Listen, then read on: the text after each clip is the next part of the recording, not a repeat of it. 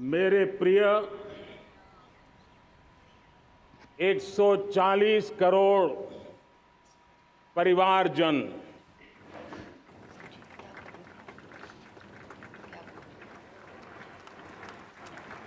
दुनिया का सबसे बड़ा लोकतंत्र और अब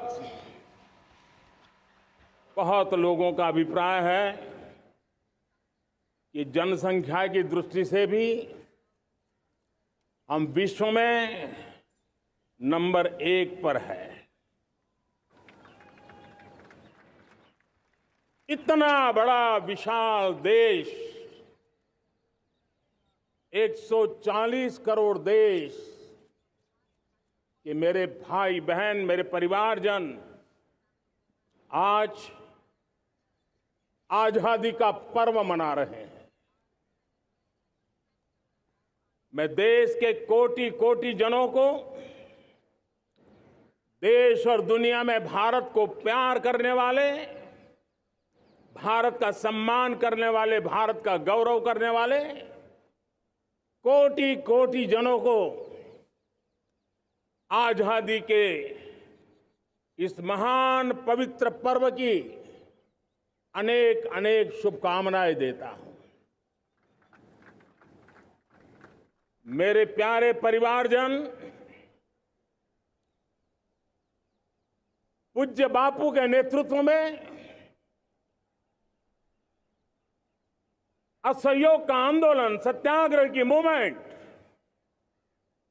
और भगत सिंह, सुखदेव, राजगुरु जैसे अनगिनत वीरों का बलिदान, उस पीढ़ी में शायद ही कोई व्यक्ति होगा जिसने देश की आजादी में अपना योगदान न दिया हो।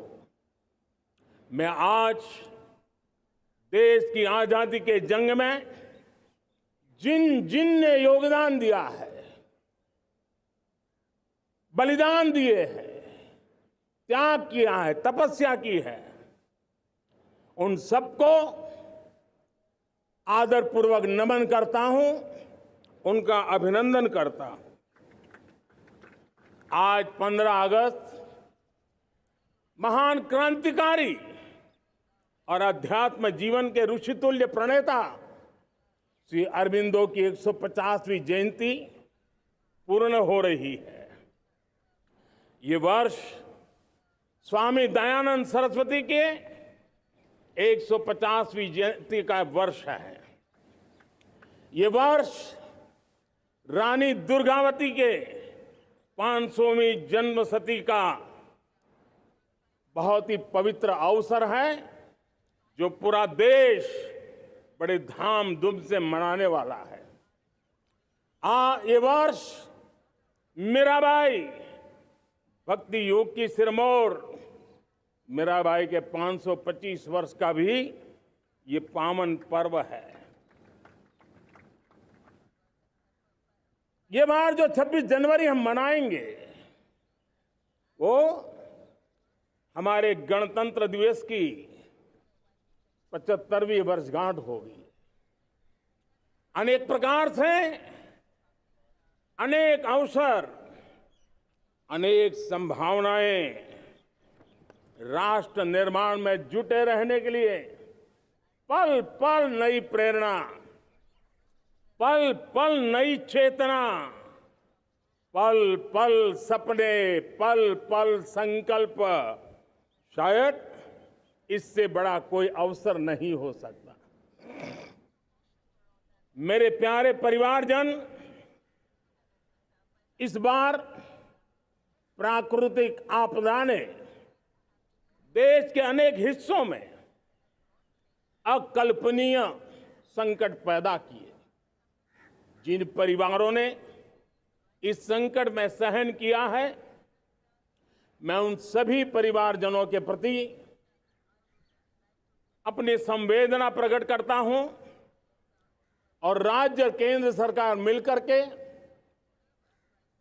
उन सभी संकटों से जल्दी से मुक्त होकर के फिर तेज गति से आगे बढ़ेंगे, ये मैं विश्वास दिलाता हूं। मेरे प्यारे परिवारजनों, पिछले कुछ सप्ताह नॉर्थ ईस्ट में, विशेषकर मणिपुर में और हिंदुस्तान के भी अन्य कुछ भागों में, लेकिन विशेषकर मणिपुर में जो हिंसा का दौर चला, कई लोगों को अपना जीवन खोना पड़ा, मां बेटियों के सम्मान के साथ खिलवाड़ हुआ। लेकिन कुछ दिनों से लगातार शांति की खबरें आ रही हैं। देश मणिपुर के लोगों के साथ है। देश मणिपुर के लोगों को पिछले कुछ दिनों से जो शांति बनाए रखी है, उस शांति के पर्व को आगे बढ़ाएं और शांति से ही समाधान का रास्ता निकलेगा। और राज्य और केंद्र सरकार मिलकर के उन समस्याओं के समाधान के लिए भरपूर प्रयास कर रही है, करती रहेगी। मेरे प्यारे परिवारजनों, जब हम इतिहास की तरफ नजर करते हैं तो इतिहास में कुछ पल ऐसे आते हैं जो अपनी अमिट छाप छोड़ करके जाते हैं और उसका प्रभाव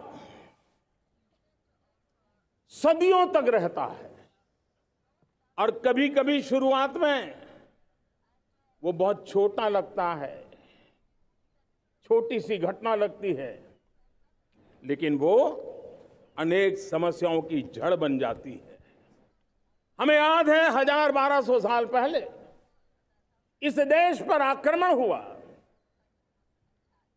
एक छोटे से राज्य के छोटे से राजा का पराजय हुआ, लेकिन तब पता तक नहीं था कि एक घटना भारत को 1000 साल की गुलामी में फंसा देगी। और हम गुलामी में जकड़ते गए, जो आया लूटता गया, जो जिसका मन चाहा हम पे आके सवार हो गया। कैसा विपरीत काल रहा होगा वो 1000 साल का। मेरे प्यारे परिवारजनों, घटना छोटी क्यों ना हो, लेकिन 1000 साल तक प्रभाव छोड़ के रही है। लेकिन मैं आज इस बात का जिक्र इसलिए करना चाहता हूं कि भारत के वीरों ने इस कालखंड में कोई भूभाग ऐसा नहीं था, कोई समय ऐसा नहीं था जब उन्होंने देश की आजादी के लौ को जलता न रखा हो, बलिदान की परंपरा न बनाई। मां भारती बेड़ियों से मुक्त होने के लिए उठ खड़ी हुई थी, जंजीरों को झकझोर रही थी। और देश की नारी शक्ति, देश की युवा शक्ति, देश के किसान, देश के गांव के लोग, मजदूर, कोई हिंदुस्तानी ऐसा नहीं था जो आजादी के सपने को लेकर के जीता न हो। आजादी को पाने के लिए मर मिटने के लिए तैयार होने वालों की एक बड़ी फौज तैयार हो गई थी।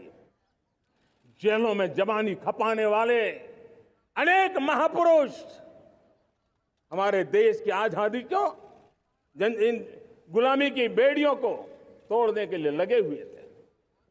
मेरे प्यारे परिवारजनों, जन चेतना का वो व्यापक रूप, त्याग और तपस्या का वो व्यापक रूप, जन जन के अंदर एक नए विश्वास जगाने वाला वो पल आखिरकार 1947 में देश आजाद हुआ। 1000 साल की गुलामी में संजोए हुए सपने देशवासी पूरे करते हुए देखे। साथियों, मैं 1000 साल पहले की बात इसलिए कह रहा हूं, मैं देख रहा हूं फिर एक बार देश के सामने एक मौका आया है।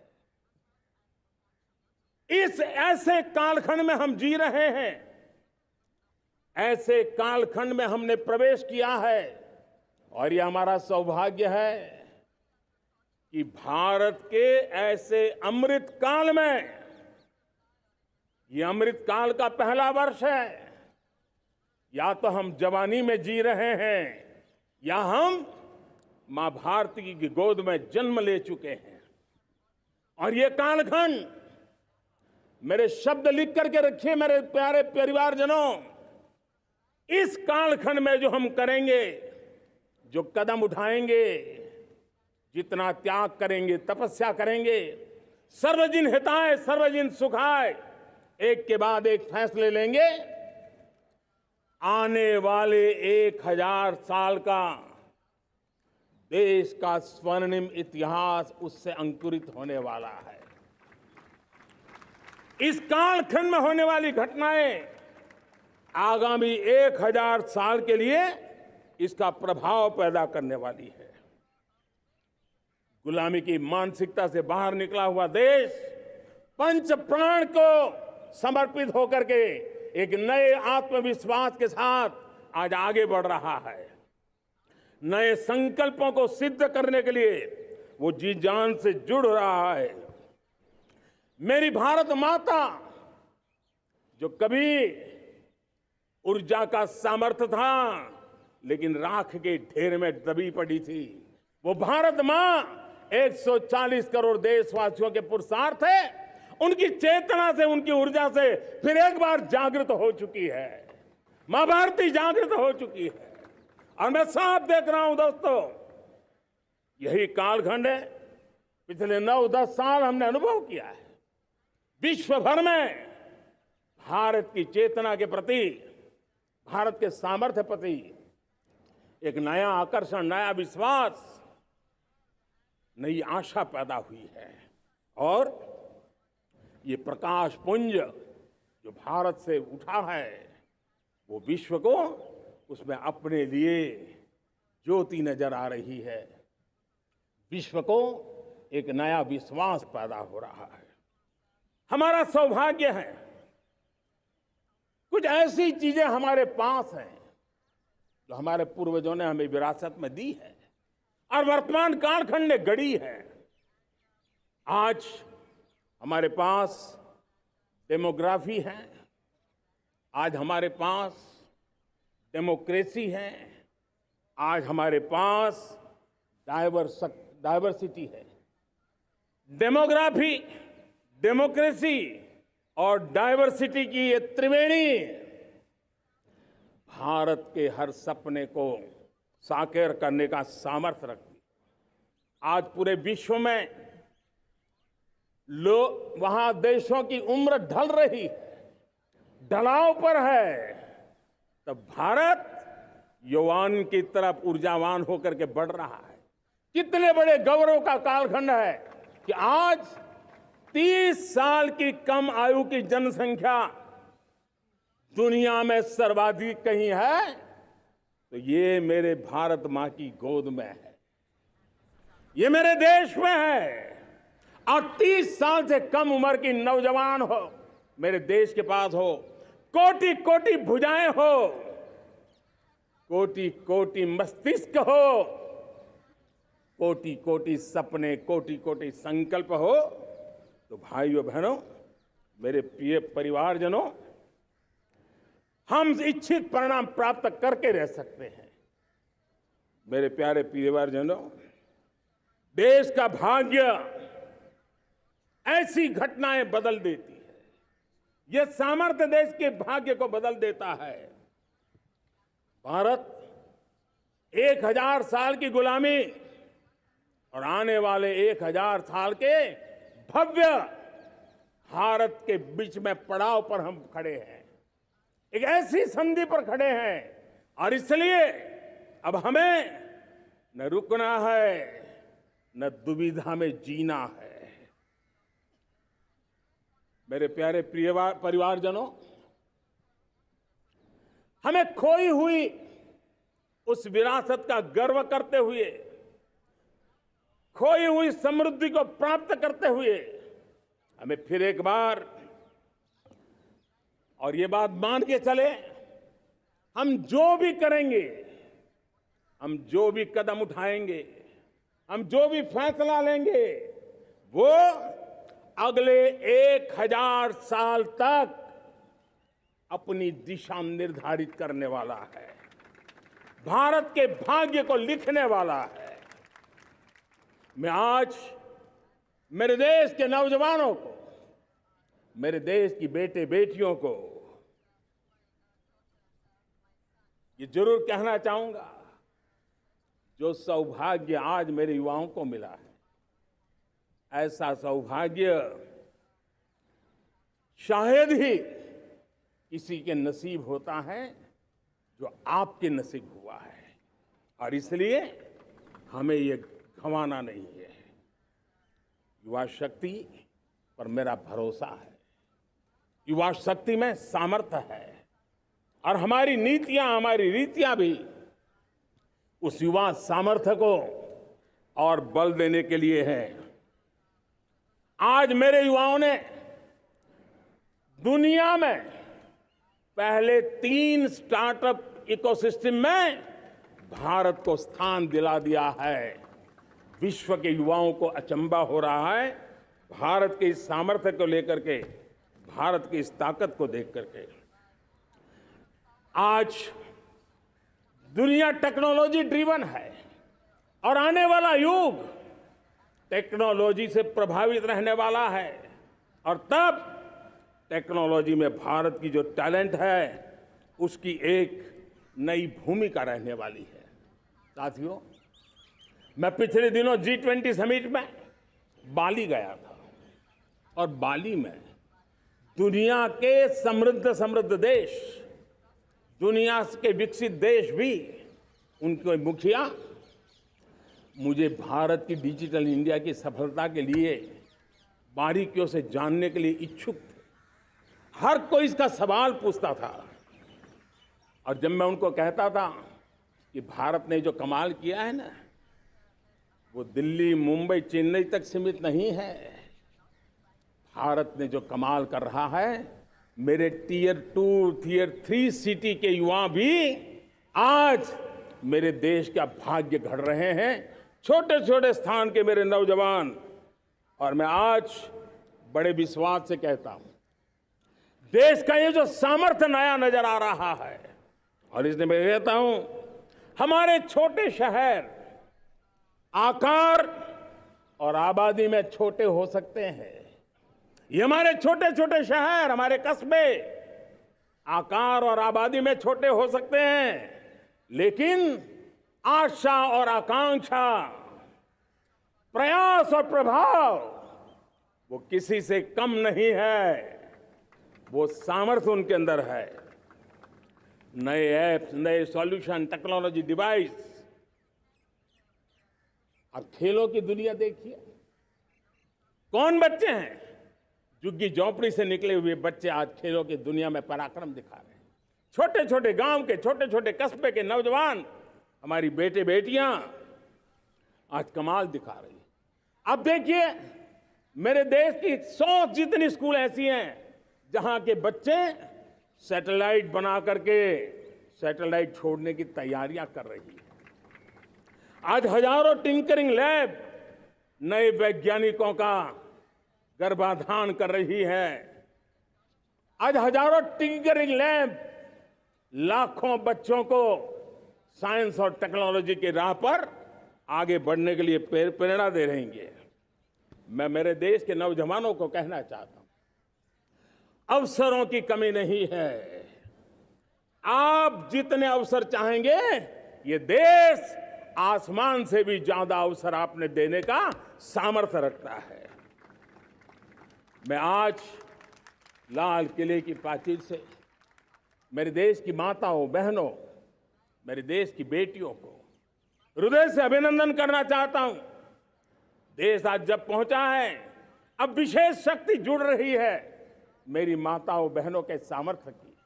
आज देश प्रगति की राह पर चल पड़ा है, तो मैं मेरे किसान भाई बहनों का भी अभिनंदन करना चाहता हूं। ये आप ही का पुरुषार्थ है, ये आप ही का परिश्रम है कि देश आज कृषि क्षेत्र में आगे बढ़ रहा है। मैं मेरे मजदूरों का, मेरे श्रमिकों का, मेरे प्रिय परिवारजन, ऐसे कोटि कोटि श्रमिकों को आज मैं नमन करता हूं, उनका अभिनंदन कर रहा हूं। देश आज जो आधुनिकता की ओर बढ़ रहा है, विश्व की तुलना करने वाले सामर्थ्य के साथ नजर आ रहा है, उसके पीछे मेरे देश के मजदूरों का, मेरे देश के श्रमिकों का बहुत बड़ा योगदान है।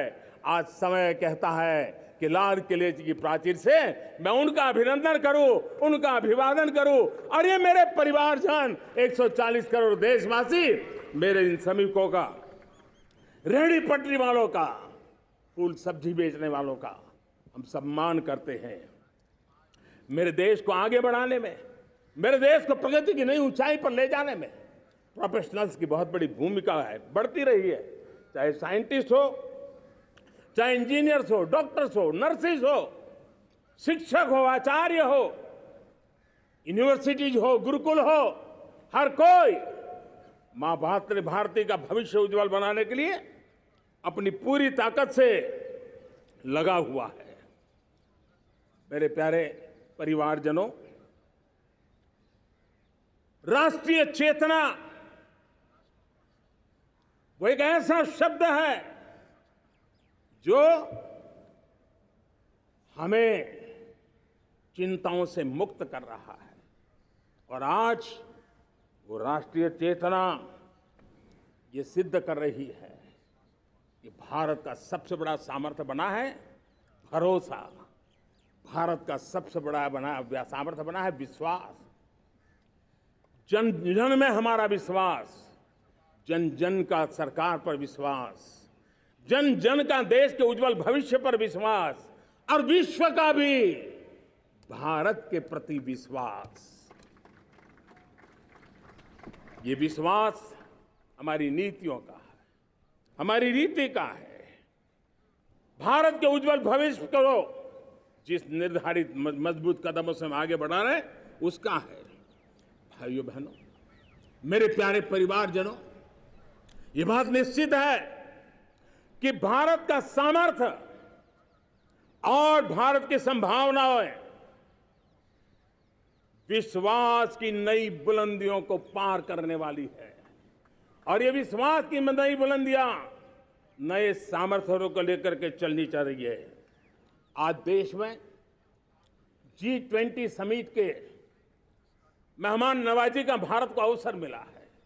अब पिछले एक साल से हिंदुस्तान के हर कोने में जिस प्रकार से G20 के अनेक ऐसे आयोजन हुए, अनेक कार्यक्रम हुए हैं, उसने देश के सामान्य मानवी के सामर्थ्य को विश्व को परिचित करा दिया है, भारत की विविधता का परिचय कराया है, भारत की डायवर्सिटी को दुनिया अचंभे से देख रही है, और उसके कारण भारत के तरफ आकर्षण बढ़ा है, भारत को जानने की, समझने की इच्छा जगी है। उसी प्रकार से आप देखिए एक्सपोर्ट, आज भारत का एक्सपोर्ट के तेजी से बढ़ रहा है, और मैं कहना चाहता हूं दुनिया के एक्सपर्ट्स इन सारे मानदंडों के आधार पर कह रहे हैं कि अब भारत रुकने वाला नहीं है। दुनिया की कोई भी रेटिंग एजेंसी होगी वो भारत का गौरव कर रही है। कोरोना काल के बाद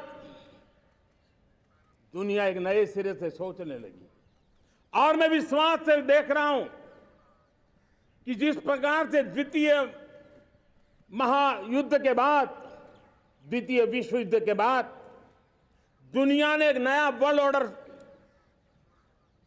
आकार लिया था, मैं साफ साफ देख रहा हूं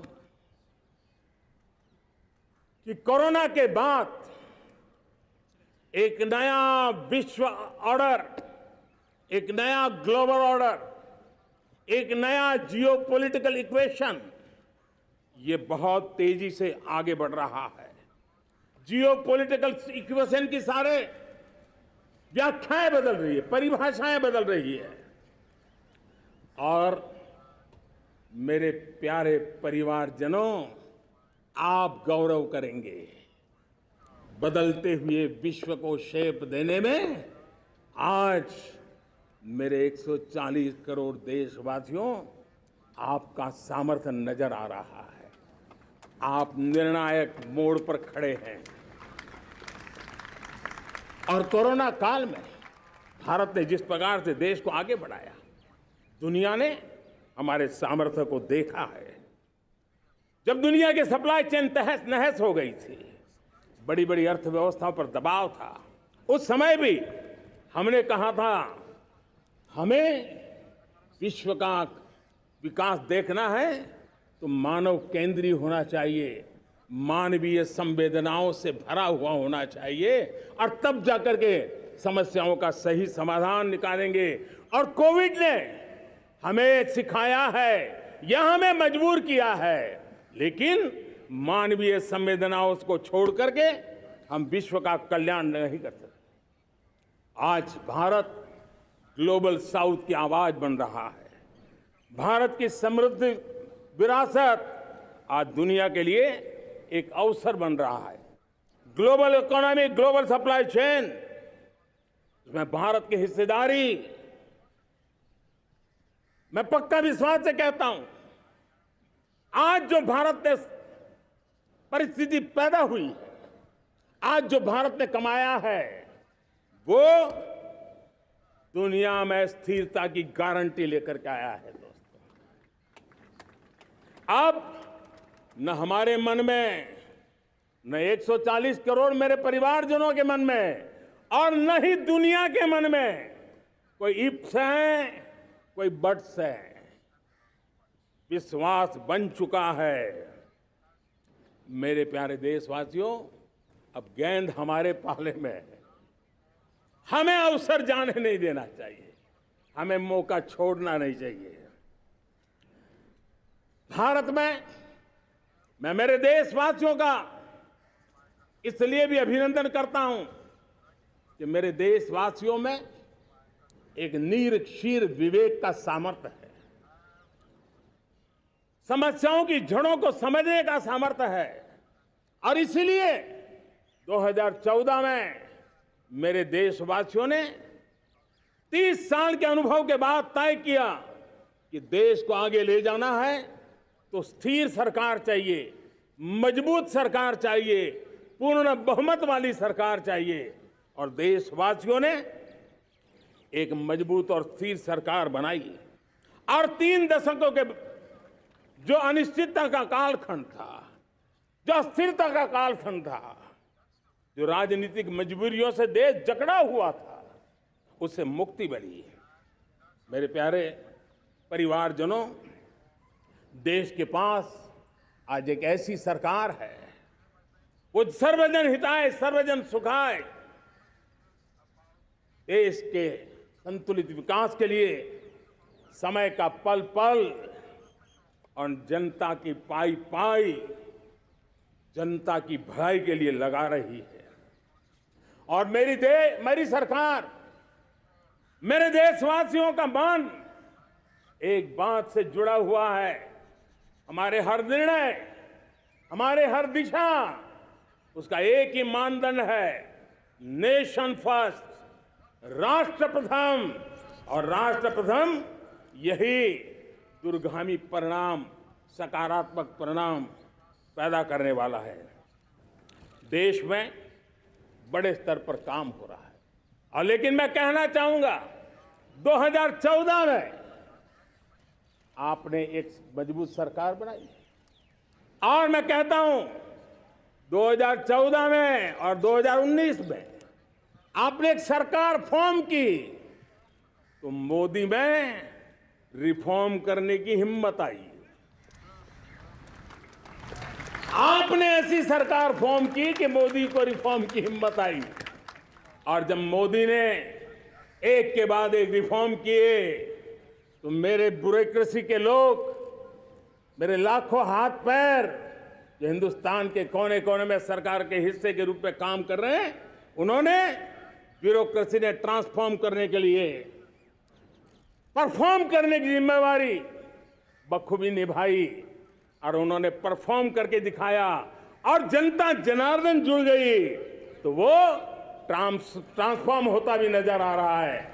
और इसलिए रिफॉर्म, परफॉर्म, ट्रांसफॉर्म, ये कालखंड अब भारत के भविष्य को गढ़ रहा है। और हमारी सोच देश की उस ताकतों को बढ़ावा देने पर है जो आने वाले 1000 साल की नींव को मजबूत करने वाले हैं। दुनिया को युवा शक्ति की जरूरत है, युवा स्किल की जरूरत है। हमने अलग स्किल मिनिस्ट्री बनाई। वो भारत की आवश्यकताओं को तो पूरी करेगी, वो दुनिया की आवश्यकताओं को पूरी करने का भी सामर्थ्य रखेगी। हमने जल शक्ति मंत्रालय बनाया। मंत्रालय की बनाने की रचना को भी अगर कोई एनालिसिस करेगा ना, तो इस सरकार के मन मस्तिष्क को बड़े अच्छे ढंग से आप समझ पाएंगे। हमने जल शक्ति मंत्रालय बनाया। ये जल शक्ति मंत्रालय हमारे देश के एक एक देशवासियों को पीने का शुद्ध पानी पहुंचे, पर्यावरण की रक्षा के लिए पानी के प्रति संवेदनशील व्यवस्थाएं विकसित हो, उस पर हम बल रहे हैं। हमारे देश में कोरोना के बाद दुनिया देख रही है होलिस्टिक हेल्थ केयर, ये समय की मांग है। हमने अलग आयुष मंत्रालय बनाया और योग और आयुष आज दुनिया में अपना परचम लहरा रहे हैं। हमने दुनिया को हमारे कमिटमेंट के कारण विश्व का हमारे प्रति ध्यान गया है। अगर हम ही हमारे इस सामर्थ्य को नकार देंगे तो फिर दुनिया कैसे स्वीकार करेगी। लेकिन जब मंत्रालय बना तो दुनिया को भी उसका मूल्य समझने आया। मत्स्य पालन, हमारा इतना बड़ा समुद्री तट, हमारे कोटि कोटि मछुआरे भाई बहन, उनका कल्याण भी हमारे दिलों में है। और इसलिए हमने अलग से मत्स्य पालन को लेकर के, पशुपालन को लेकर के, डेयरी को लेकर के अलग मंत्रालय की रचना की, ताकि समाज के जिस वर्ग के लोग पीछे रह गए उनको हम साथ लें। देश में सरकारी अर्थव्यवस्था के हिस्से होते हैं, लेकिन समाज की अर्थव्यवस्था का एक बड़ा हिस्सा है कोऑपरेटिव मूवमेंट। उसको बल देने के लिए, उसको आधुनिकता लाने के लिए और देश के कोने कोने में लोकतंत्र की एक सबसे बड़ी इकाई को मजबूत करने के लिए हमने अलग कोऑपरेटिव मंत्रालय बनाया। और वो हमारी सहकारी संस्थाएं उसका जाल बिछा रहा है, ताकि गरीब से गरीब की वहां सुनवाई हो, उसकी आवश्यकताओं की पूर्ति हो, और वो भी राष्ट्र की विकास की योगदान में एक छोटी इकाई का हिस्सा बनकर के उसमें वो योगदान दे रखें। हमने सहकार से समृद्धि का रास्ता अपनाया है। मेरे प्यारे परिवारजनों,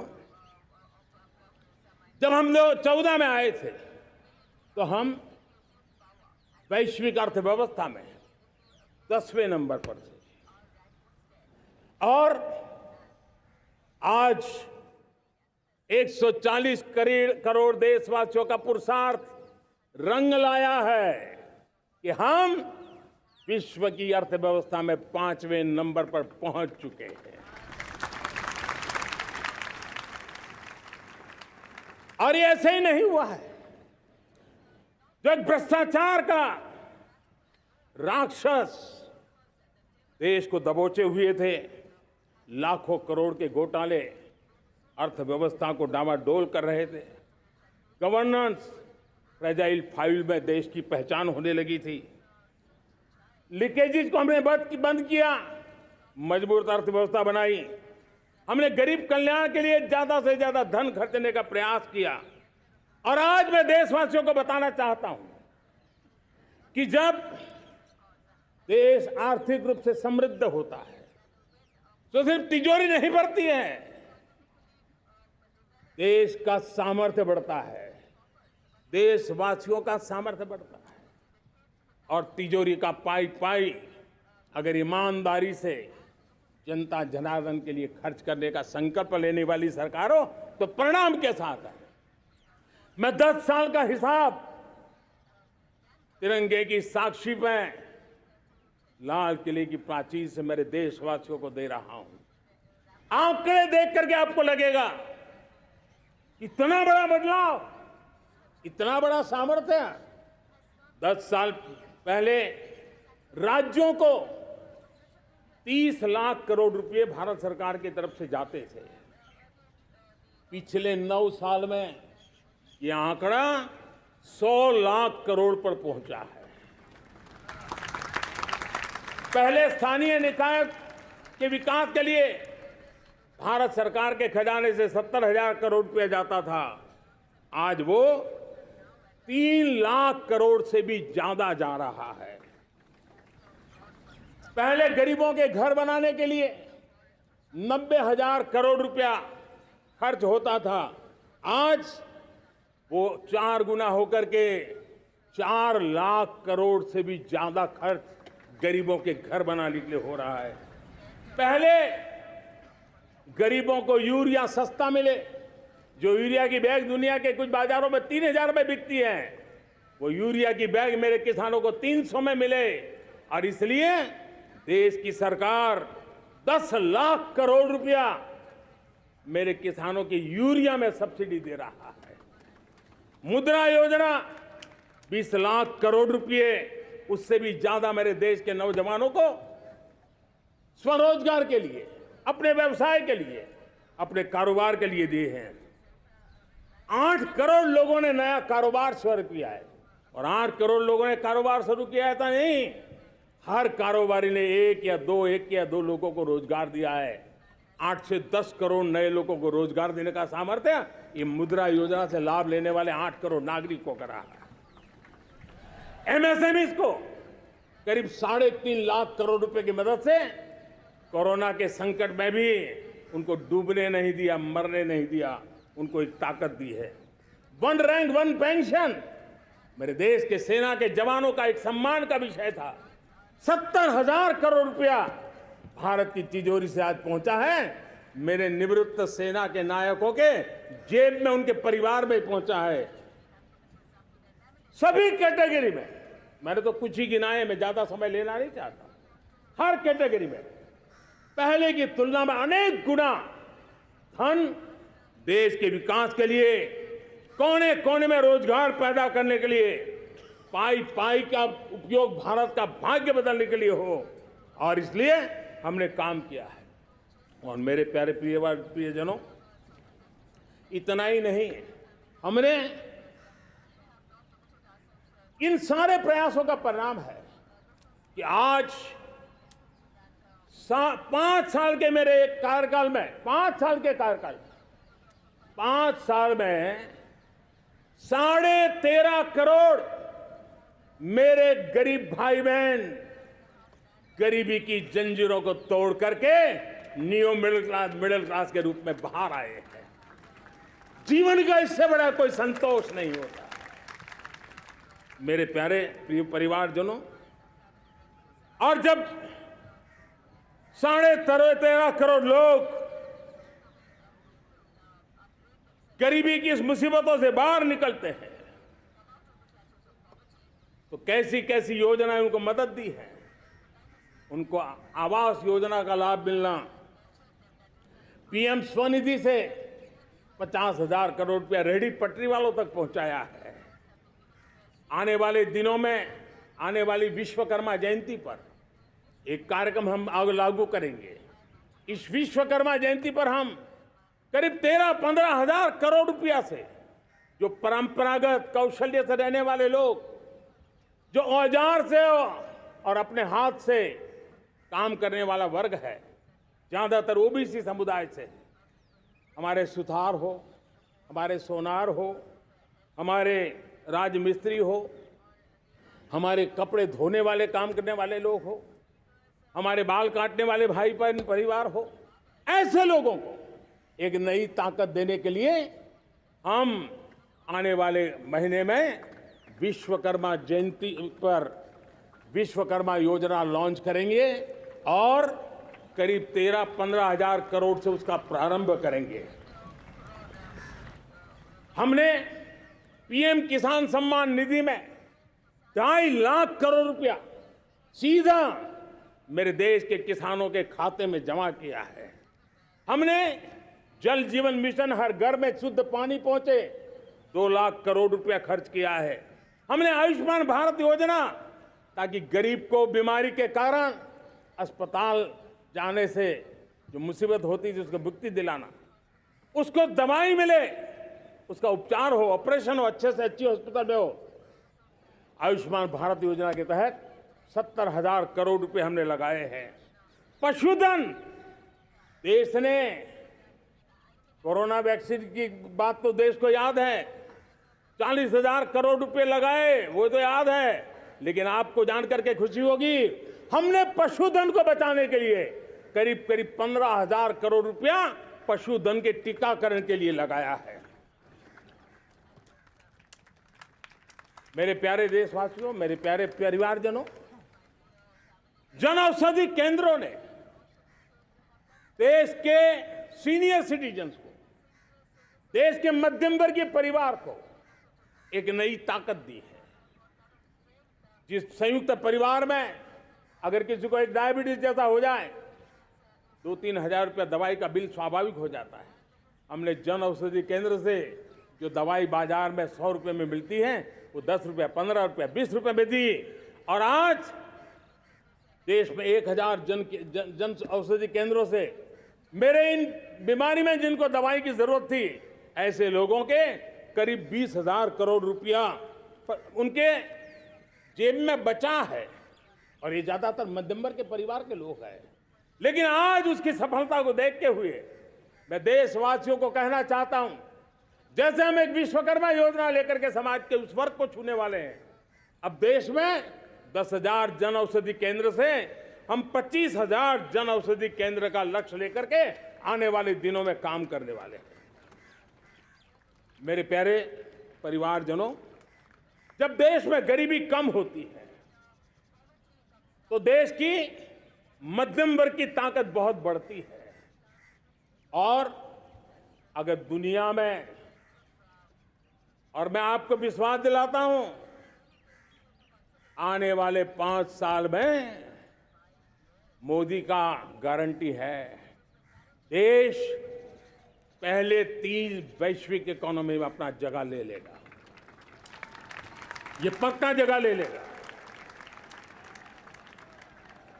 आज जो 13.5 करोड़ गरीबी से बाहर आए हुए लोग हैं, वो एक प्रकार से मध्यम वर्ग की ताकत बन जाते हैं। जब गरीब की खरीद शक्ति बढ़ती है तो मध्यम वर्ग की व्यापार शक्ति बढ़ती है। जब गांव की खरीद शक्ति बढ़ती है तब कस्बे और शहर की आर्थिक व्यवस्था और तेज गति से दौड़ती है। और यही इंटरकनेक्टेड हमारा अर्थचक्र होता है। हम उसको बल लेकर के आगे चलना चाहते हैं। मेरे प्यारे परिवारजनों, शहर के अंदर जो कमजोर लोग रहते हैं, बिना घर को मुसीबत रहती है, मध्यम वर्ग के परिवार अपना खुद का घर का सपना देख रहे हैं, हम उसके लिए भी आने वाले कुछ सालों के लिए एक योजना लेकर के आ रहे हैं। और जिसमें ऐसे मेरे परिवारजन जो शहरों में अपना घर, शहरों में रहते हैं लेकिन किराए के मकान पे रहते हैं, झुग्गी झोपड़ी में रहते हैं, चाल में रहते हैं, अनऑथराइज्ड कॉलोनीज में रहते हैं, ऐसे मेरे परिवारजन अगर अपना मकान बनाना चाहते हैं तो बैंक से जो लोन मिलेगा उसके ब्याज के अंदर राहत दे करके लाखों रुपयों की मदद करने का हमने निर्णय किया है। मेरे मध्यम वर्ग के परिवार को जब 2 लाख से 7 लाख इनकम टैक्स की सीमा बढ़ जाती है तो सबसे बड़ा लाभ सैलरी क्लास को होता है, मेरे मध्यम वर्ग को होता है। इंटरनेट का डेटा बहुत महंगा था 2014 के पहले, आज दुनिया का सबसे सस्ता इंटरनेट का डेटा का खर्चा हो रहा है। हर परिवार के पैसे बच रहे हैं। मेरे प्यारे परिवारजनों, विश्व कोरोना के बाद अभी तक उभर नहीं पाया है। युद्ध ने फिर एक नई मुसीबत पैदा की है। आज दुनिया महंगाई के संकट से जूझ रही है। पूरी दुनिया की अर्थव्यवस्था को महंगाई ने दबोच के रखा है। हम भी दुनिया से जिन सामान की जरूरत होती है लाते हैं, तो हमें सामान तो इंपोर्ट करते हैं। हमारा दुर्भाग्य है कि हमें महंगाई भी इंपोर्ट करनी पड़ती है, क्योंकि पूरी दुनिया को महंगाई ने जकड़ के रखा है। लेकिन मेरे प्यारे परिवारजनों, भारत ने महंगाई को नियंत्रित रखने के लिए भरसक प्रयास किए हैं। पिछले कालखंड की तुलना में हमें कुछ सफलता भी मिली है, लेकिन इतने से संतोष नहीं मान सकते। दुनिया से हमारी चीजें अच्छी हैं, इतने बात से हम सोच नहीं सकते। मुझे तो मेरे देशवासियों को महंगाई की बोझ कम से कम हो, इस दिशा में और भी कदम उठाने हैं और हम उस कदम को उठा के रहेंगे। मेरा प्रयास निरंतर जारी रहेगा। मेरे प्यारे परिवारजनों, आज देश अनेक क्षमताओं को लेकर के आगे बढ़ रहा है।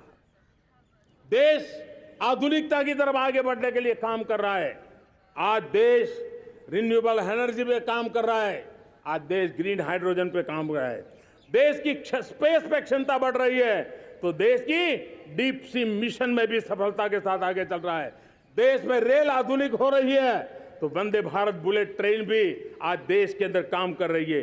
गांव-गांव पक्की सड़कें बन रही है तो इलेक्ट्रिक बसें, मेट्रो की रचना भी आज देश में हो रहे हैं। आज गांव-गांव तक इंटरनेट पहुंच रहा है तो क्वांटम कंप्यूटर के लिए भी देश तय कर रहता है।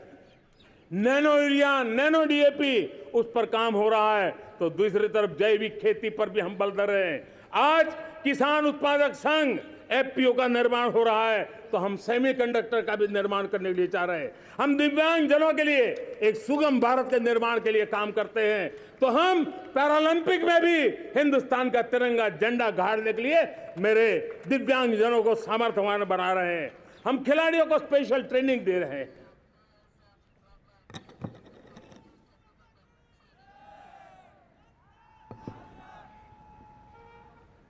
आज भारत पुरानी सोच, पुराने ढर्रे को छोड़ करके लक्ष्यों को तय करके लक्ष्यों को प्राप्त करने की राह से चल रहा है।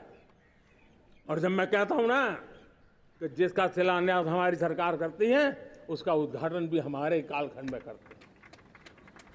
इन दिनों जो मैं शिलान्यास कर रहा हूं ना, आप लिख के रखिए, उसके उद्घाटन भी आप सबने मेरे नसीब में ही छोड़े हुए हैं।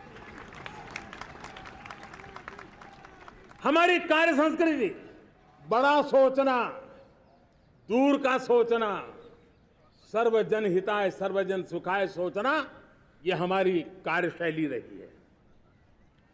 और सोच से भी ज्यादा, संकल्प से भी ज्यादा हासिल कैसे करना, इस ऊर्जा के साथ हम काम करते हैं। हमने आजादी के काल अमृत महोत्सव में 75,000 अमृत सरोवर बनाने का संकल्प किया था। उस समय हमने हर जिले में 75 अमृत सरोवर बनाने का संकल्प किया था। करीब 50-55 हजार अमृत सरोवर की कल्पना की थी, लेकिन आज करीब 75,000 अमृत सरोवर का काम निर्माण हो रहा है। ये अपने आप में बहुत बड़ा काम हो रहा है। जनशक्ति और जल शक्ति की ताकत भारत के पर्यावरण की रक्षा में भी काम आने वाली है। 18,000 गांवों तक बिजली पहुंचाना, जनधन बैंक खाते खोलना, बेटियों के लिए शौचालय बनाना, सारे टारगेट समय के पहले पूरी शक्ति से पूरे करेगा। और जब भारत ठान लेता है तो उसे पूरा करके रहता है। ये हमारा ट्रैक रिकॉर्ड कहता है। 200 करोड़ वैक्सीनेशन का काम, दुनिया हमें जब पूछती है 200 करोड़ सुनती है, उनकी आंखें फट जाती है। इतना बड़ा काम ये मेरे देश के आंगनवाड़ी वर्कर, हमारी आशा वर्कर, हमारी हेल्थ वर्कर, उन्होंने करके दिखाया। यह मेरे देश का सामर्थ्य है। 5G को रोल आउट किया, दुनिया में सबसे तेज गति से 5G रोल आउट करने वाला मेरा देश है। 700 से अधिक जिलों तक हम पहुंच चुके हैं और अब 6G की भी तैयारी कर रहे हैं। हमने टास्क फोर्स बना दिया है। रिन्यूएबल एनर्जी, हम टारगेट से पहले चले हैं। हमने रिन्यूएबल एनर्जी 2030 का जो टारगेट तय किया था, 21-22 में इसको पूरा कर दिया। हमने इथेनॉल में 20% ब्लेंडिंग की बात कही थी, वो भी हमने समय से 5 साल पहले पूरा कर दिया। हमने $500 बिलियन के एक्सपोर्ट की बात की थी, वो भी समय के पहले $500 बिलियन से ज्यादा कर दिया। हमने तय किया, जो हमारे देश में 25 साल से चर्चा हो रही थी कि देश में नई संसद बने, पार्लियामेंट का कोई सत्र ऐसा नहीं था नई संसद के। ये मोदी है, समय के पहले नई संसद बना करके रख दिया। मेरे प्यारे भाई बहनों, ये काम करने वाली सरकार है, निर्धारित लक्ष्यों को पार करने वाली सरकार है। ये नया भारत है, ये आत्मविश्वास से भरा हुआ भारत है। ये संकल्पों को चरितार्थ करने के लिए जी जान से जुटा हुआ भारत है। और इसलिए ये भारत न रुकता है, ये भारत न थकता है, ये भारत न हाँफता है और न ही ये भारत हारता है। और इसलिए मेरे प्यारे परिवारजनों,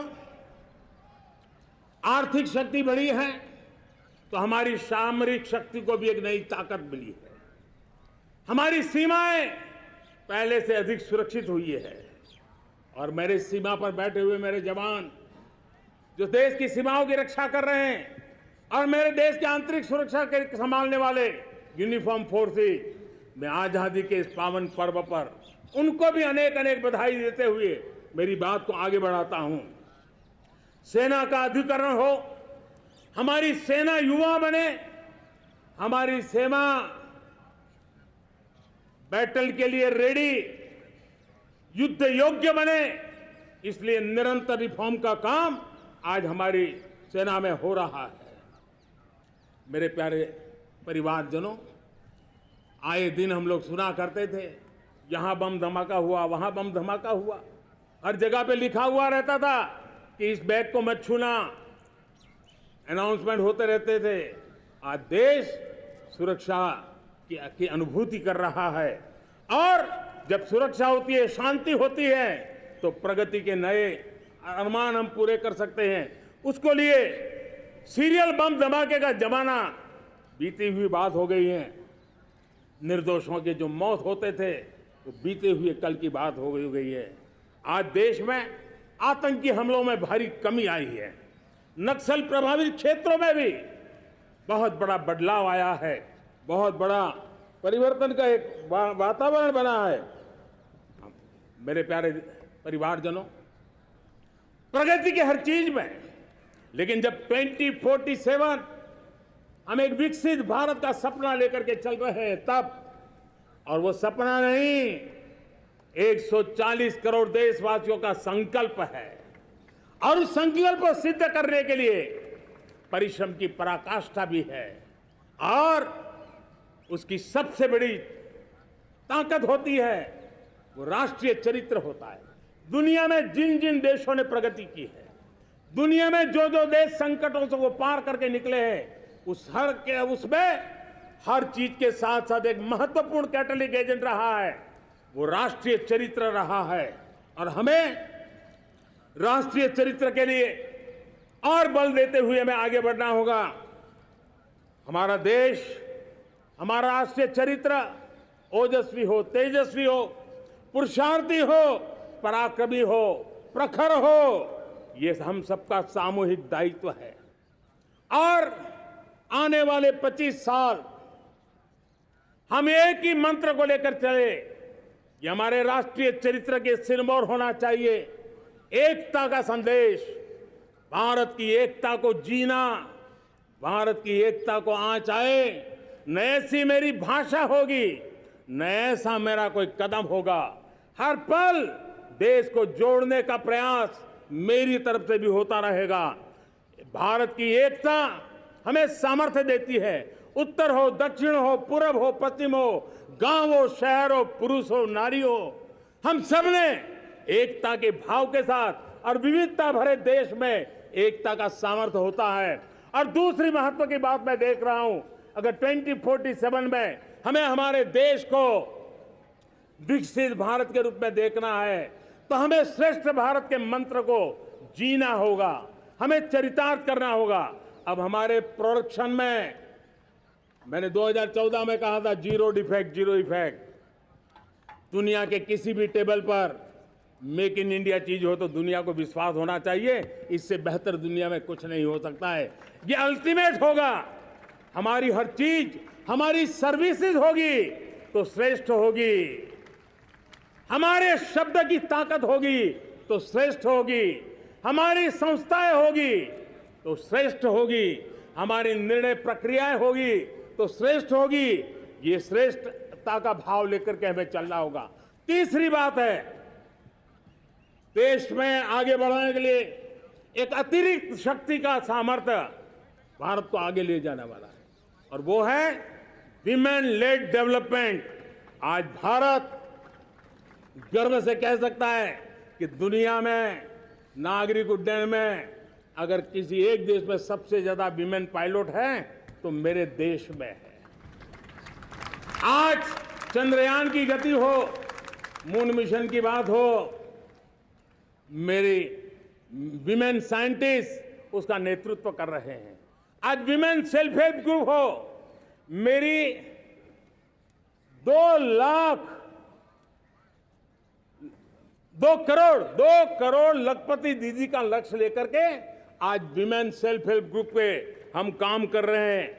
हम हमारी नारी शक्ति के सामर्थ्य को बढ़ावा देते हुए विमेन लेड डेवलपमेंट के, और जब G20 में मैंने विमेन लेड डेवलपमेंट के विषय को आगे बढ़ाया है तो पूरा G20 समूह इसके महत्व को स्वीकार कर रहा है और उसके महत्व को स्वीकार कर करके वो उसको बहुत बल दे रहे हैं। उसी प्रकार से भारत विविधताओं से भरा देश है। असंतुलित विकास के हम शिकार रहे हैं। मेरा पराया का के कारण हमारे देश के कुछ हिस्से उसके शिकार रहे हैं। अब हमें रीजनल एस्पिरेशंस को, संतुलित विकास को बल देना है और रीजनल एस्पिरेशंस को लेकर के उस भावना को हमें सम्मान देते हुए, जैसे हमारी भारत माँ का कोई, हमारा शरीर का कोई अंग अगर अविकसित रहे तो हमारा शरीर विकसित नहीं माना जाएगा। हमारा शरीर का कोई अंग दुर्बल रहे तो हमारा शरीर स्वस्थ नहीं माना जाएगा। वैसे ही मेरी भारत माता, उसका कोई एक भूभाग भी, समाज का कोई तबका भी अगर दुर्बल रहे तो मेरी भारत माता समर्थ है, स्वस्थ है, ऐसा बैठ करके हम नहीं बैठ सकते। और इसलिए रीजनल एस्पिरेशंस को हमने एड्रेस करने की आवश्यकता है और इसलिए हम समाज का सर्वांगीण विकास हो, सर्वस्पर्शी विकास हो, भूभाग के हर क्षेत्र को उसकी अपनी ताकत को खिलने का अवसर मिले, उस दिशा में आगे बढ़ना चाहते हैं। मेरे प्यारे परिवारजनों, भारत एक मदर ऑफ डेमोक्रेसी है। भारत मॉडल ऑफ डाइवर्सिटी भी है। भाषाएं अनेक हैं, बोलियां अनेक हैं, परिधान अनेक हैं, विविधताएं बहुत है।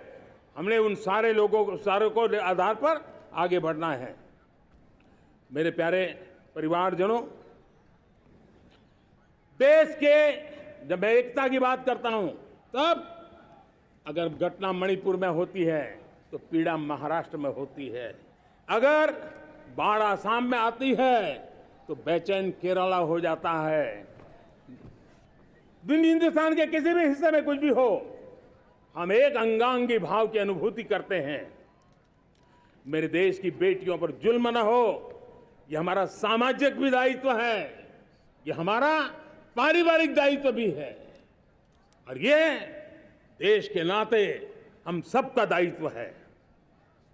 आज जब अफगानिस्तान से गुरु ग्रंथ साहब के स्वरूप को लाते हैं तो पूरा देश गौरव की अनुभूति करता है।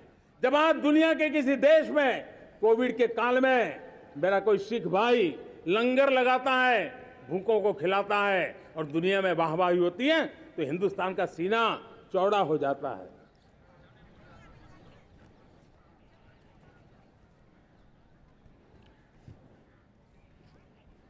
मेरे प्यारे परिवारजनों, हमारे लिए जब नारी सम्मान की बात करते हैं, मुझे अभी एक देश में दौरा कर रहा था तो वहां एक बहुत ही सीनियर मिनिस्टर, उसने मुझे एक सवाल पूछा। उसने कहा, आपके यहाँ बेटियां साइंस और इंजीनियरिंग के विषयों की पढ़ाई करती हैं क्या? उसमें क्या था, मैंने उनको कहा, आज मेरे देश में लड़कों से ज्यादा बेटियां आज स्टेम यानी साइंस, टेक्नोलॉजी, इंजीनियरिंग और मैथ्स, अधिकतम भाग मेरी बेटियां ले रही। तो उनके लिए अचरज था। ये सामर्थ्य आज हमारे देश का देख रहा है। मेरे प्यारे परिवारजनों, आज 10 करोड़ महिलाएं विमेन सेल्फ हेल्प में जुड़ी हुई है। और विमेन सेल्फ हेल्प ग्रुप के साथ आप गांव में जाएंगे तो आपको बैंक वाली दीदी मिलेगी, आपको आंगनवाड़ी वाली दीदी मिलेगी, आपको दवाई देने वाली दीदी मिलेगी। और अब मेरा सपना है 2 करोड़ लखपति दीदी बनाने का, गांव में 2 करोड़ लखपति दीदी। और इसके लिए एक नया अभिगम भेजा। साइंस और टेक्नोलॉजी, हमारे गांव की महिलाओं का भी सामर्थ्य देखता हूं मैं, और इसलिए हम एक नई योजना सोच रहे हैं कि हमारे एग्रीकल्चर सेक्टर में टेक्नोलॉजी आए, एग्री टेक को बल मिले। इसलिए विमेन सेल्फ हेल्प ग्रुप की बहनों को हम ट्रेनिंग देंगे, ड्रोन चलाने की, ड्रोन रिपेयरिंग की हम ट्रेनिंग देंगे, और हजारों ऐसे विमेन सेल्फ हेल्प ग्रुप को भारत सरकार ड्रोन देगी, ट्रेनिंग देगी, और हमारे एग्रीकल्चर के काम में ड्रोन की सेवाएं उपलब्ध हो। इसके लिए हम शुरुआत करेंगे। प्रारंभ हम 15,000 विमेन सेल्फ हेल्प ग्रुप के द्वारा ये ड्रोन की उड़ान का हम आरंभ कर रहे हैं। मुझे विश्वास है कि इसके कारण हमारे परिवारजनों का, मेरे प्यारे परिवारजनों, आज देश आधुनिकता की तरफ बढ़ रहा है। हाईवे हो, रेलवे हो, एयरवे हो, हाईवेज हो, इंफॉर्मेशन वेज, वाटरवेज हो, कोई क्षेत्र ऐसा नहीं है जिस क्षेत्र को आगे बढ़ाने की दिशा में आज देश काम न करता हो। पिछले 9 वर्ष में तटीय क्षेत्रों में हमने, आदिवासी क्षेत्र में, हमारे पहाड़ी क्षेत्र में विकास को बहुत बल दिया है। हमने पर्वतमाला, भारतमाला ऐसी योजनाओं के द्वारा समाज के उस वर्ग को हमने बल दिया है। हमने गैस की पाइपलाइन से हमारे पूर्वी भारत को जोड़ने का काम किया है। हमने अस्पतालों की संख्या बढ़ाई है, हमने डॉक्टर की सीटें बढ़ाई हैं ताकि हमारे बच्चे डॉक्टर बनने का सपना पूरा कर सके। हमने मातृभाषा में पढ़ाने पर बल दिया है, अब मातृभाषा में वो पढ़ाई कर सके उस दिशा में। और मैं भारत के सुप्रीम कोर्ट का भी धन्यवाद करता हूं कि भारत की सुप्रीम कोर्ट ने कहा है कि आप जो जजमेंट देंगे उसका जो ऑपरेटिव पार्ट होगा वो जो अदालत में आया है उसकी भाषा में उसको उपलब्ध होगा। मातृभाषा का महात्म्य आज बढ़ रहा है। मेरे प्यारे भाई परिवारजनों, आज तक हमारे देश के जो बॉर्डर विलेज हैं, हमने वाइब्रेंट बॉर्डर विलेज का एक कार्यक्रम शुरू किया है। और वाइब्रेंट बॉर्डर विलेज, अब तक इसके लिए कहा जाता था देश के आखिरी गांव, हमने उस पूरी सोच को बदला है। वो देश का आखिरी गांव नहीं है, सीमा पर जो नजर आ रहा है वो मेरे देश का पहला गांव है। अगर सूरज उगता है पूरब में तो उस तरफ के गांव में पहली सूरज की किरण आती है, अगर सूरज ढलता है तो इस तरफ के गांव में आखिरी किरण उसका लाभ मिलता है। ये मेरे पहले गांव है और मुझे खुशी है कि आज मेरे इस कार्यक्रम के विशेष मेहमान, ये जो पहले गांव है, सीमावर्ती गांव है, उसके 600 प्रधान आज इस लाल किले की प्राचीर के इस महत्वपूर्ण कार्यक्रम का हिस्सा बनने के लिए आए। पहली बार वो इतनी दूर तक आए हैं, नए संकल्प और सामर्थ्य के साथ जुड़ने के लिए आया है। मेरे प्यारे परिवारजनों, हमने संतुलित विकास के लिए एस्पिरेशनल डिस्ट्रिक्ट, एस्पिरेशनल ब्लॉक की कल्पना की और आज उसके सुखद परिणाम मिल रहे हैं। आज राज्य के जो नॉर्मल पैरामीटर्स हैं, जो एस्पिरेशनल डिस्ट्रिक्ट कभी बहुत पीछे थे, वो आज राज्य में भी अच्छा करने लग गए हैं। और मुझे विश्वास है कि आने वाले दिनों में ये हमारे आकांक्षी जिले, हमारे आकांक्षी बॉल अवश्य आगे बढ़ेंगे।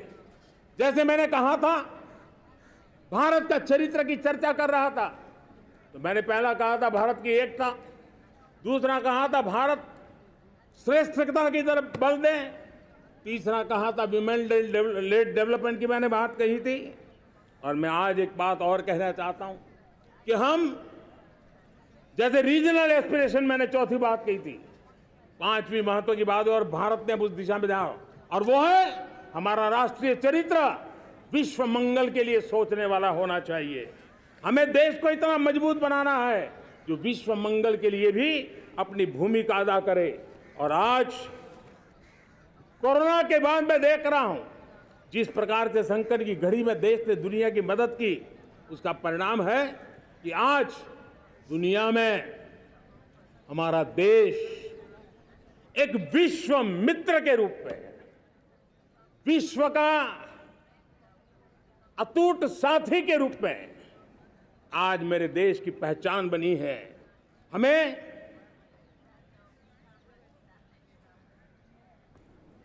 जब विश्व मंगल की बात करते हैं तब भारत का मूलभूत विचार है, उस विचार को हम आगे बढ़ाने लोग हैं। और मुझे खुशी है कि आज अमेरिकी संसद के भी कई चुने हुए गणमान्य प्रतिनिधि भी आज हमारे 15 अगस्त के इस अवसर में हमारे बीच में मौजूद है। भारत की सोच कैसी है, हम विश्व मंगल की बात को कैसे आगे बढ़ाते हैं। अब देखिए, हम जब सोचते हैं तो क्या कहते हैं, हमने दुनिया के सामने ये दर्शन रखा है और दुनिया उस दर्शन को लेकर के हमारे साथ जुड़ रही है। हमने कहा one sun, one world, one grid. Renewable energy के क्षेत्र में एक बहुत बड़ा हमारा स्टेटमेंट है, आज दुनिया उसको स्वीकार कर रही है। कोविड के बाद हमने दुनिया को कहा हमारा अप्रोच होना चाहिए वन अर्थ, वन हेल्थ। समस्याओं का समाधान तभी होगा जब मानव को, पशु को, पौधे को बीमारी के संबंध में समान रूप से एड्रेस किया जाएगा, तब जाकर के हम करेंगे। हमने G20 समिट के लिए दुनिया के सामने कहा है one world, one family, one future. इस सोच को लेकर के चल रहे हैं। हमने क्लाइमेट को लेकर के दुनिया जो संकट से जूझ रही है, हमने रास्ता दिखाया है, लाइफ मिशन लॉन्च किया है, लाइफस्टाइल फॉर एनवायरनमेंट। हमने दुनिया के सामने इंटरनेशनल सोलर अलायंस बनाया और आज दुनिया के कई देश इंटरनेशनल सोलर अलायंस का हिस्सा बन रहे हैं। हमने बायोडायवर्सिटी का महत्व देखते हुए बिग कैट अलायंस की व्यवस्था को हमने आगे बढ़ाया है। हमने प्राकृतिक आपदा के कारण, ग्लोबल वार्मिंग के कारण इंफ्रास्ट्रक्चर का जो नुकसान होता है, उसके लिए दूरगामी व्यवस्थाओं की जरूरत है और इसलिए coalition for disaster resilient infrastructure CDRI एक समाधान के रूप में दुनिया को दिया है। विश्व आज समुद्रों को संघर्ष का केंद्र बना रहा है, तब हमने दुनिया को सागर का प्लेटफॉर्म दिया है जो वैश्विक समुद्री शांति की गारंटी बन सकता है। हमने पारंपरिक चिकित्सा पद्धतियों को बल देते हुए WHO का एक ग्लोबल लेवल का सेंटर हिंदुस्तान में बनाने की दिशा में काम किया है। हमने योग और आयुष के द्वारा विश्व कल्याण और विश्व के स्वस्थता की दिशा में काम किया है और आज भारत विश्व मंगल की मजबूत नींव डाल रहा है। इस मजबूत नींव को आगे बढ़ाना हम सबका काम है, हम सबकी जिम्मेवारी है। मेरे प्यारे परिवारजनों, सपने अनेक है, संकल्प साफ है, नीतियां स्पष्ट है, नियत के सामने कोई सवाल या निशान नहीं है, लेकिन कुछ सच्चाइयों को हमें स्वीकार करना पड़ेगा और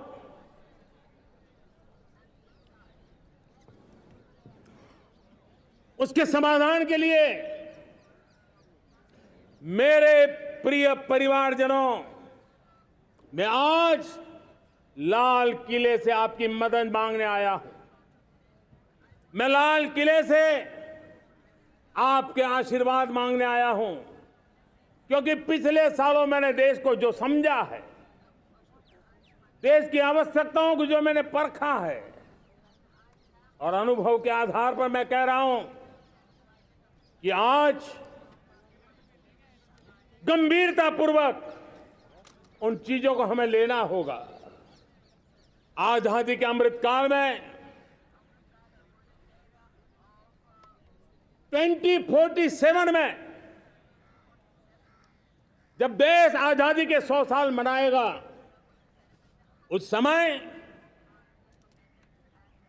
दुनिया में भारत का तिरंगा झंडा विकसित भारत का तिरंगा झंडा होना चाहिए।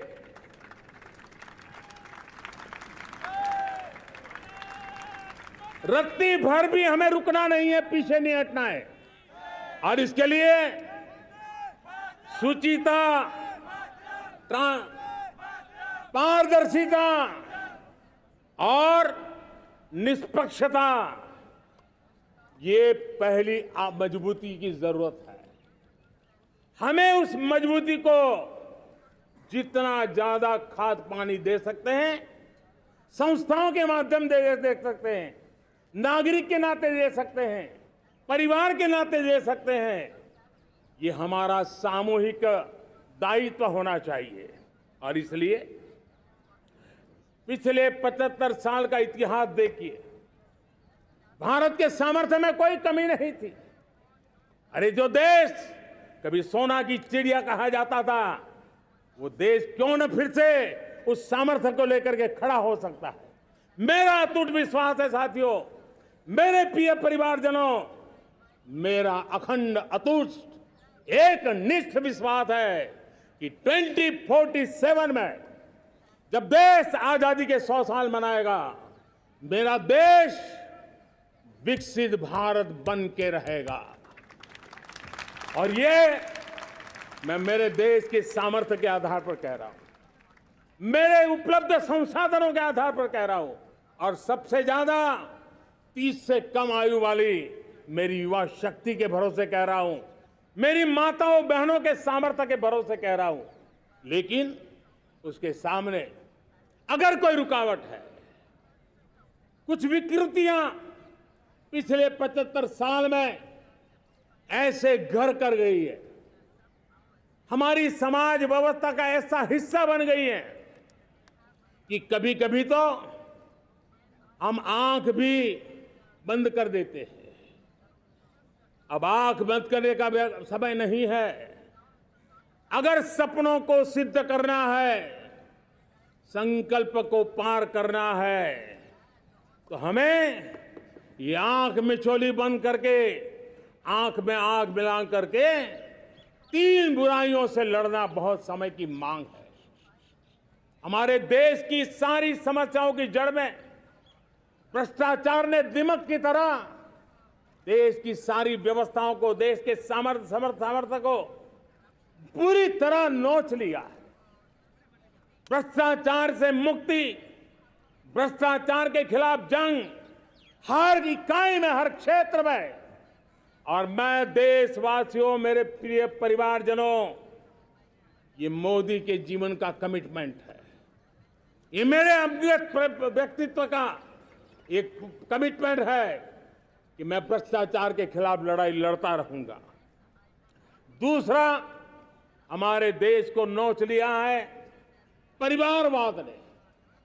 इस परिवारवाद ने देश को जिस प्रकार से जकड़ के रखा है, उसने देश के लोगों का हक छीना है। और तीसरी बुराई तुष्टीकरण की है। ये तुष्टीकरण में भी देश के मूलभूत चिंतन को, देश के सर्व समावेशक हमारे राष्ट्रीय चरित्र को दाग लगा दिए हैं, तहस नहस कर दिया है इन लोगों ने। और इसलिए मेरे प्यारे देशवासियों, इसलिए मेरे प्यारे परिवारजनों, हमें इन 3 बुराइयों के खिलाफ पूरे सामर्थ्य के साथ लड़ना है। भ्रष्टाचार, परिवारवाद, तुष्टीकरण, ये चुनौतियां हमारे, ये ऐसी चीजें पनपी है जो हमारे देश के लोगों का जो आकांक्षा है उसका दमन करती है। हमारे देश के कुछ लोगों के पास जो छोटा मोटा सामर्थ्य है उसका शोषण करती है। ये ऐसी चीजें हैं जो हमारे लोगों की आशा आकांक्षाओं को सवाल या निशान में गाड़ देती है। हमारे गरीब हो, हमारे दलित हो, हमारे पिछड़े हो, हमारे पसमानदा हो, हमारे आदिवासी भाई बहन हो, हमारी माताएं बहनें हो, हमने सबने उनके हकों के लिए इन 3 बुराइयों से मुक्ति पानी है। हमें भ्रष्टाचार के खिलाफ एक नफरत का माहौल बनाना है। जैसे गंदगी हमें नफरत पैदा करती है ना मन में, गंदगी पसंद नहीं है, ये सार्वजनिक जीवन की इससे बड़ी कोई गंदगी नहीं हो सकती। और इसलिए हमारे स्वच्छता अभियान को एक नया मोड़ ये भी देना है कि हमें भ्रष्टाचार से मुक्ति पानी है। सरकार टेक्नोलॉजी से भ्रष्टाचार की मुक्ति के लिए बहुत प्रयास कर रही है। आपको जानकर के हैरानी होगी, इस देश में पिछले 9 साल में एक काम मैंने ऐसे किया, आंकड़ा सुनोगे तो लोग कहेंगे मोदी ऐसा करता है, जैसे 10 करोड़ लोग करीब करीब जो गलत फायदा उठाते थे वो मैंने रोक दिया। तो आप में से कोई कहेगा आपने लोगों से अन्याय कर दिया। जी नहीं, ये 10 करोड़ कौन लोग थे? ये 10 करोड़ वो लोग थे जिनका जन्म ही नहीं हुआ था और उनके नाम पर उनके विडो हो जाते थे, वो वृद्ध हो जाते थे, वो दिव्यांग हो जाते थे, फायदे लिए जाते थे। 10 करोड़ ऐसे बेनामी जो चीजें चलती थी उसको रोकने का पवित्र काम, भ्रष्टाचारियों की संपत्ति जो हमने जब्त की है ना, वो पहले की तुलना में 20 गुना ज्यादा की है। मेरे प्यारे परिवारजनों, ये आपकी कमाई का पैसा लोग लेकर के भागे थे, 20 गुना ज्यादा संपत्ति को जब्त करने का। और इसलिए लोगों की मेरे प्रति नाराजगी होना बहुत स्वाभाविक है, लेकिन मुझे भ्रष्टाचार के खिलाफ की लड़ाई को आगे बढ़ाना है। हमारे सरकारी व्यवस्था ने पहले कैमरा के सामने तो कुछ हो जाता था, लेकिन बाद में चीजें अटक जाती थी। हमने पहले की तुलना में कई गुना ज्यादा अदालत में चार्जशीट की है और अब जमानतें भी नहीं मिलती हैं। वैसी पक्की व्यवस्था को लेकर के हम आगे बढ़ रहे हैं, क्योंकि हम ईमानदारी से भ्रष्टाचार के खिलाफ लड़ रहे हैं। आज परिवारवाद और तुष्टीकरण, इसने देश का बहुत बड़ा दुर्भाग्य किया है। अब लोकतंत्र में ये कैसे हो सकता है कि पॉलिटिकल पार्टी, और मैं विशेष बल दे रहा हूं पॉलिटिकल पार्टी, आज मेरे देश के लोकतंत्र में एक ऐसी विकृति आई है जो कभी भारत के लोकतंत्र को मजबूती नहीं दे सकती। और वो क्या है बीमारी? परिवारवादी पार्टियां। और उनका तो मंत्र क्या है? Party of the family, by the family and for the family.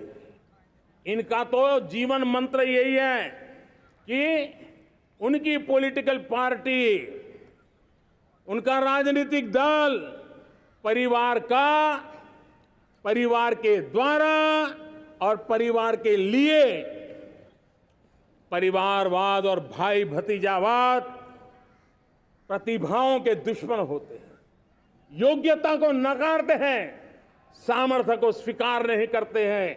और इसलिए परिवारवाद इस देश के लोकतंत्र की मजबूती के लिए उसकी मुक्ति जरूरी है। सर्वजन हिताय सर्वजन सुखाय, हर किसी को हक मिले इसलिए, और सामाजिक न्याय के लिए भी ये बहुत। उसी प्रकार से तुष्टीकरण ने सामाजिक न्याय का सबसे बड़ा नुकसान किया। अगर सामाजिक न्याय को तबाह किसने किया है तो ये तुष्टीकरण की सोच, तुष्टीकरण की राजनीति, तुष्टीकरण का सरकारी योजनाओं का तरीका, इसने सामाजिक न्याय को मौत के घाट उतार दिया है। और इसलिए हमें तुष्टीकरण, भ्रष्टाचार, ये विकास का सबसे बड़ा दुश्मन है। अगर देश विकास चाहता है, देश 2047 विकसित भारत का सपना का साकार करना चाहता है, तो हमारे लिए आवश्यक है कि हम किसी भी हालत में देश में भ्रष्टाचार को सहन नहीं करेंगे। इस मूड को लेकर के चलना चाहिए। मेरे प्यारे परिवारजनों, हम सबका एक बहुत बड़ा महत्वपूर्ण दायित्व है। आपने जिस प्रकार से जिंदगी जी है, हमारे आने वाली पीढ़ी को ऐसी जिंदगी जीने के लिए मजबूर करना, यह हमारा गुनाह है।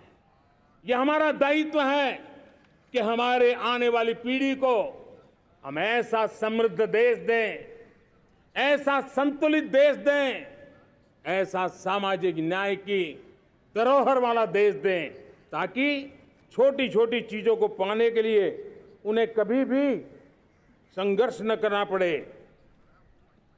हम सभी का कर्तव्य, हर नागरिक का कर्तव्य है, और ये अमृत काल कर्तव्य काल है। हम कर्तव्य से पीछे नहीं उठ सकते।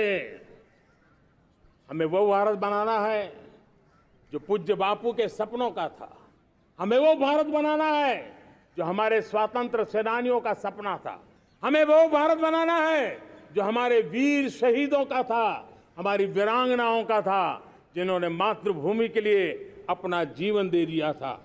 मेरे प्यारे परिवारजनों, मैं जब 2014 में आपके पास आया था, तब 2014 में मैं परिवर्तन का वादा लेकर के आया था। 2014 में मैंने आपको वादा किया था, मैं परिवर्तन लाऊंगा, और 140 करोड़ मेरे परिवारजन, आपने मुझ पे भरोसा किया और मैंने विश्वास पूरा करने की कोशिश की। रिफॉर्म, परफॉर्म, ट्रांसफॉर्म, वो 5 साल जो वादा था वो विश्वास में बदल गया, क्योंकि मैंने परिवर्तन का वादा किया था।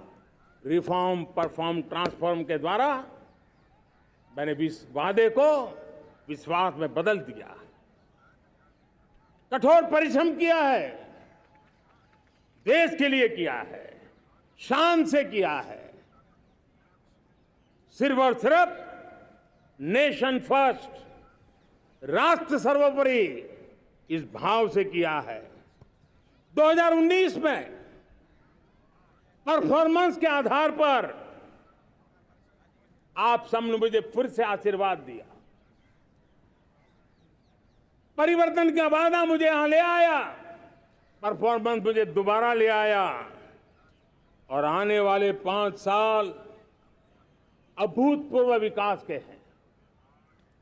2047 के सपने को साकार करने का सबसे बड़ा स्वर्णिम पल आने वाले 5 साल है। और अगली बार 15 अगस्त को इसी लाल किले से मैं आपको देश की उपलब्धियां, आपके सामर्थ्य, आपके संकल्प, उसमें हुई प्रगति, उसकी जो सफलता है, उसके गौरवगान, उससे भी अधिक आत्मविश्वास के सामने, आपके सामने मैं प्रस्तुत करूंगा। मेरे प्यारे प्रियजनों, मेरे परिवारजनों, मैं आप में से आता हूं, मैं आपके बीच से निकला हूं, मैं आपके लिए जीता हूं।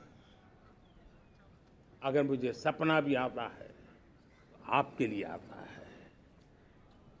अगर मैं पसीना भी बहाता हूं तो आपके लिए बहाता हूं, क्योंकि इसलिए नहीं कि आपने मुझे दायित्व दिया है, मैं इसलिए कर रहा हूं कि आप मेरे परिवारजन हैं, और आपके परिवार के सदस्य के नाते मैं आपके किसी दुख को देख नहीं सकता हूं, मैं आपके सपनों को चूर चूर होते नहीं देख सकता हूं, मैं आपके संकल्प को सिद्धि तक ले जाने के लिए आपका एक साथी बन करके, आपका एक सेवक बन करके, आपके साथ जुड़े रहने का, आपके साथ जीने का, आपके लिए जूझने का मैं संकल्प लेकर के चला हुआ इंसान हूं।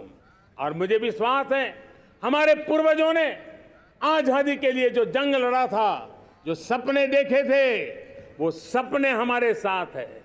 आजादी के जंग में जिन्होंने बलिदान दिया था, उनके आशीर्वाद हमारे साथ है और 140 करोड़ देशवासियों को एक ऐसा अवसर आया है।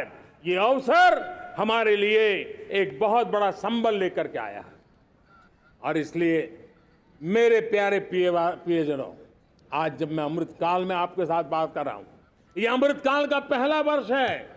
ये अमृतकाल के पहले वर्ष पर जब मैं आपसे बात कर रहा हूं तो मैं आपको पूरे विश्वास से कहना चाहता हूं, चलता चलाता काल चक्र, चलता चलाता काल चक्र, अमृत काल का भाल चक्र, चलता चलाता काल चक्र, अमृत काल का भाल चक्र, सबके सपने, सबके सपने अपने सपने, सबके सपने अपने सपने, पनपे सपने सारे, सबके सपने अपने सपने, पनपे सपने सारे,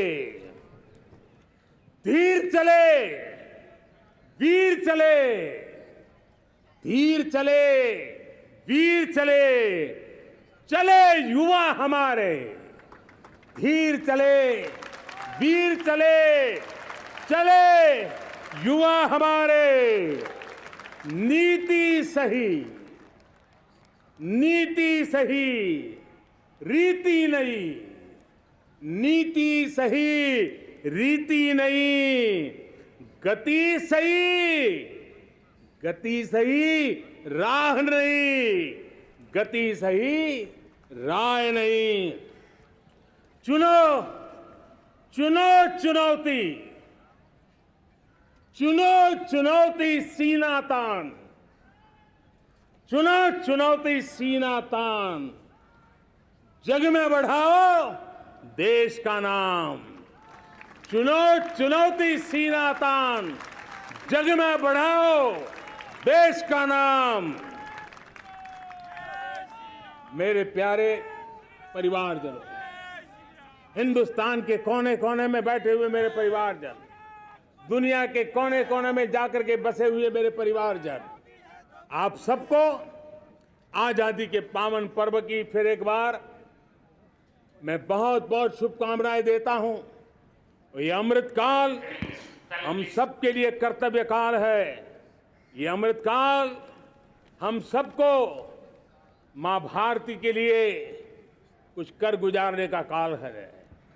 आजादी का जब जंग चल रहा था 1947 के पहले, जो पीढ़ी ने जन्म लिया था उन्हें देश के लिए मरने का मौका मिला था। वो देश के लिए मरने के लिए मौका नहीं छोड़ते थे, लेकिन हमारे नसीब में देश के लिए मरने का मौका नहीं है। लेकिन हमारे लिए देश के लिए जीने का ये इससे बड़ा कोई अवसर नहीं होता। हमें पल पल देश के लिए जीना है।